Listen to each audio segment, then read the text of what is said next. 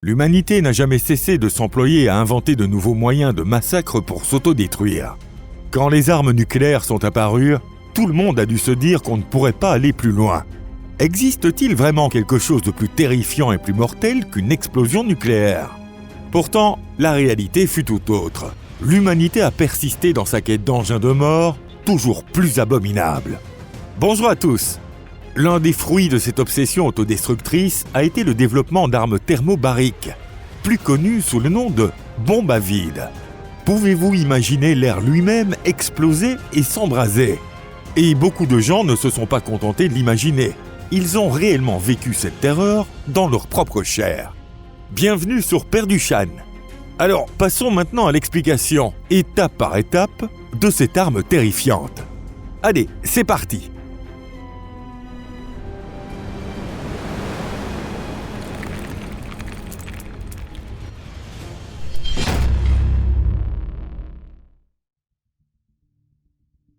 Qu'est-ce que l'effet thermobarique ? Commençons par poser les bases.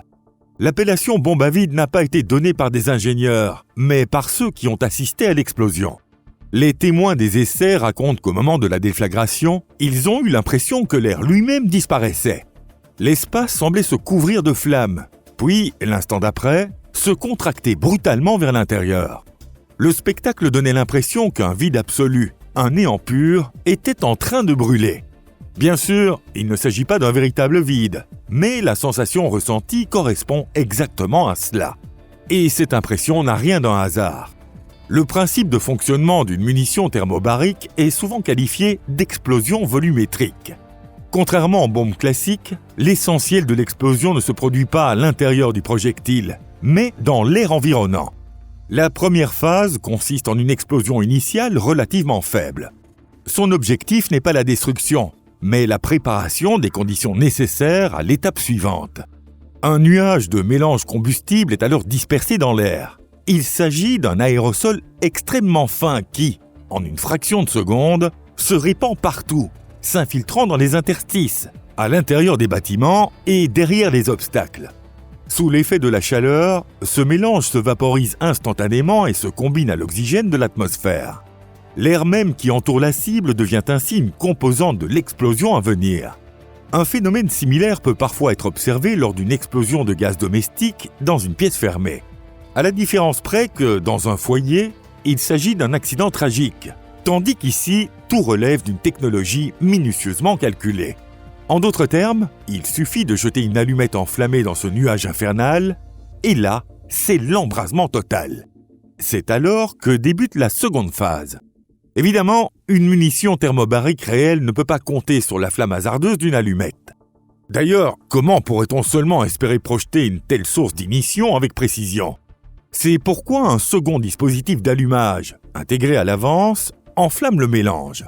Afin d'assurer une mise à feu fiable, plusieurs détonateurs sont conçus pour fonctionner simultanément, ou avec un très léger décalage.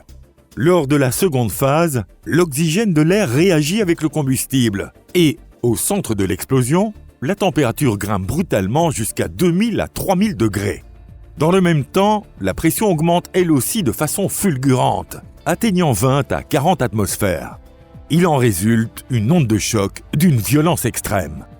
Dans la phase finale, la combustion de l'oxygène et l'expansion rapide des gaz surchauffés créent une zone de basse pression dans l'espace environnant. Dans cette zone, la pression chute bien en dessous de la normale, jusqu'à environ 30 à 80% de la pression atmosphérique. Il en découle un effet d'aspiration soudain, comme si l'espace s'effondrait brièvement sur lui-même. Ce brusque changement de pression est précisément ce qui détruit les bâtiments, écrase les poumons et engendre cette sensation terrifiante que l'air a disparu. En quoi cela diffère d'une explosion classique ?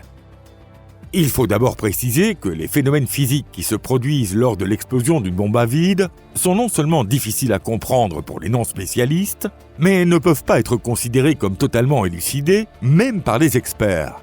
C'est pourquoi les bombes thermobariques sont entourées de nombreuses idées fausses et de mythes persistants. L'un des plus répandus est l'impression selon laquelle l'explosion thermobarique se comporte comme une créature vivante qui traque sa proie. Cette image vient du fait que l'onde de choc générée par une explosion thermobarique s'infiltre jusque dans les moindres recoins d'un espace clos. Il en résulte la sensation qu'il n'existe absolument aucun refuge possible à l'intérieur. Contrairement à l'explosion d'une munition classique, qui s'achève en un instant, l'onde de choc d'une arme thermobarique se prolonge plus longtemps. Sa puissance augmente tout particulièrement dans les espaces confinés ou semi-confinés. De plus, dans de vastes volumes fermés, elle peut engendrer des températures extrêmement élevées. Si l'effet des munitions thermobariques est particulièrement redoutable en zone urbaine, dans des grottes, des abris ou des tranchées, c'est précisément en raison de ces caractéristiques. En revanche, en terrain découvert, leur efficacité diminue fortement. L'onde de choc produite par une bombe à vide se déverse littéralement dans les abris, les tranchées, ainsi que dans chaque ouverture et interstice des habitations. C'est ainsi qu'est né le mythe inquiétant d'une bombe à vide qui, tel un monstre vivant, accule inexorablement ses victimes. En réalité, échapper à une bombe à vide larguée depuis les airs en se réfugiant dans une tranchée ou un abri est quasiment impossible. Les propriétés physiques d'une explosion thermobarique sont également exploitées pour provoquer la détonation de mines antipersonnelles et de mines anti-chars. L'onde de choc portée à des températures extrêmes balaye la surface du sol et déclenche ces engins explosifs. Il est vrai que les armes thermobariques possèdent une puissance supérieure à celle des explosifs conventionnels, mais les médias ont souvent tendance à en exagérer les effets. Une idée reçue fréquente affirme qu'à peine 30 à 40 litres de combustible pulvérisé peuvent produire une puissance destructrice équivalente à plusieurs centaines de kilogrammes de TNT. Certes, à masse égale, l'effet d'une munition thermobarique peut être plusieurs fois supérieur, mais parler d'un facteur 10 ou plus relève de l'exagération. L'efficacité élevée d'une bombe à vide s'explique en réalité par une raison très simple. Dans un explosif classique, l'énergie de la détonation se disperse entre l'onde de choc, la projection de fragments et les effets de charge creuse, alors que dans une bombe à vide, presque toute cette énergie est consacrée à la génération de l'onde de choc. Une question évidente se pose alors. Pourquoi ne pas rendre tous les explosifs thermobariques ? Il existe des considérations éthiques, mais aussi des limites d'ordre physique. En effet, l'explosion d'une bombe à vide ne peut se produire que dans l'air. Sous l'eau ou sous terre, il manque d'agents oxydants indispensables à l'explosion, c'est-à-dire l'oxygène. De plus, l'efficacité d'une bombe à vide dépend fortement de la formation du nuage de gaz, laquelle est elle-même largement influencée par les conditions météorologiques. Par ailleurs, lorsque la charge devient trop faible, l'effet d'une bombe thermobarique diminue brutalement. Bien sûr, il existe des armes portatives à roquettes utilisant ce type de charge, mais pour obtenir une bombe aérienne capable de dévaster une vaste zone, la taille reste déterminante. En particulier en terrain ouvert, plus la masse de la charge est faible, plus l'effet d'explosion volumétrique s'atténue de manière significative. Histoire du développement. Les origines de la bombe à vide remontent à l'époque de la Seconde Guerre mondiale. À cette période, les ingénieurs de l'Allemagne nazie s'étaient intéressés au phénomène provoqué par les explosions de poussière de charbon.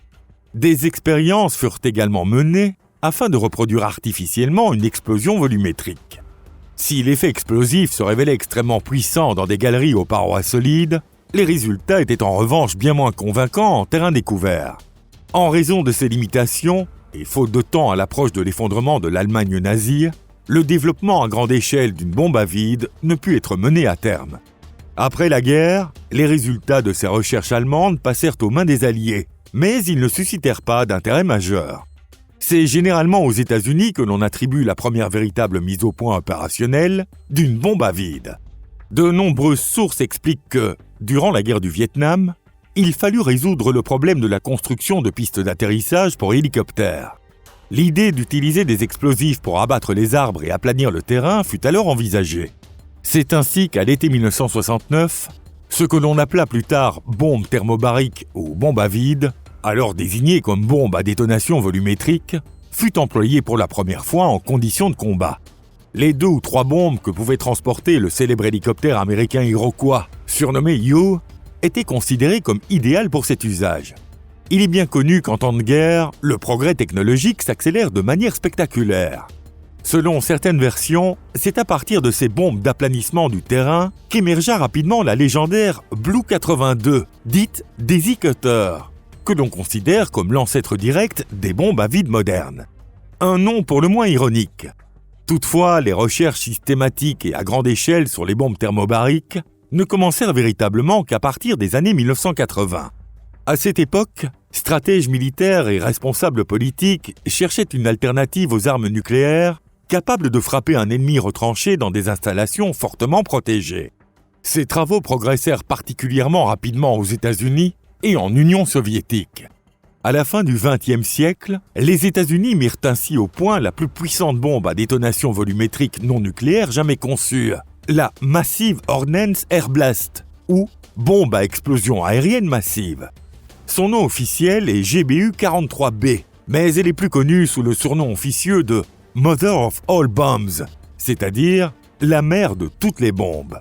Longue de 10 mètres, d'un diamètre de 1 mètre et pesant 9,5 tonnes, cette bombe gigantesque ne peut être larguée que depuis un avion de transport lourd tel qu'un C-130. Les destructions causées par son explosion sont comparables à celles d'une petite détonation nucléaire, avec un rayon létal assuré de 150 mètres et des dégâts partiels pouvant s'étendre jusqu'à 1,5 km. Elle fut testée pour la première fois en 2003 sur un site d'essai en Floride, puis utilisée en combat en avril 2017 en Afghanistan dans le but de détruire un réseau de tunnels montagneux appartenant à une organisation terroriste, ce qui demeure à ce jour son unique emploi opérationnel. De son côté, la Russie n'est pas restée en retrait face aux États-Unis. Au début des années 2000, elle développa également une bombe aérienne à vide de grande puissance. Des essais furent menés en 2007 et les médias russes annoncèrent qu'il s'agissait de la bombe aérienne à vide la plus puissante existant sur Terre et, selon la formule consacrée, sans équivalent. Par analogie avec l'appellation américaine, elle fut baptisée le père de toutes les bombes. Toutefois, les affirmations concernant sa puissance reposent uniquement sur des informations diffusées par les médias d'État russes et n'ont pas été confirmées par des sources indépendantes. À y regarder de plus près, on dirait presque qu'une véritable dynastie s'est constituée, comme dans la famille Adams. À ceci près que, contrairement à cette famille fantasque, il est difficile de plaisanter au sujet des bombes thermobariques. Utilisation en situation de combat. Contrairement aux armes nucléaires, il n'existe aucun traité international interdisant explicitement l'usage des armes thermobariques. Elles ne relèvent pas non plus des conventions encadrant les armes de destruction massive. Cela ne signifie toutefois pas que le droit international humanitaire, qui interdit l'emploi d'armes contre des civils ou des objectifs non militaires, ne puisse s'appliquer. Si les dommages sont jugés excessifs ou disproportionnels, il s'agit clairement d'un acte illégal. Ces deux principes ont été bafoués dans le cadre de l'invasion de l'Ukraine par la Russie, qui a débuté en 2014 et se poursuit encore en 2026.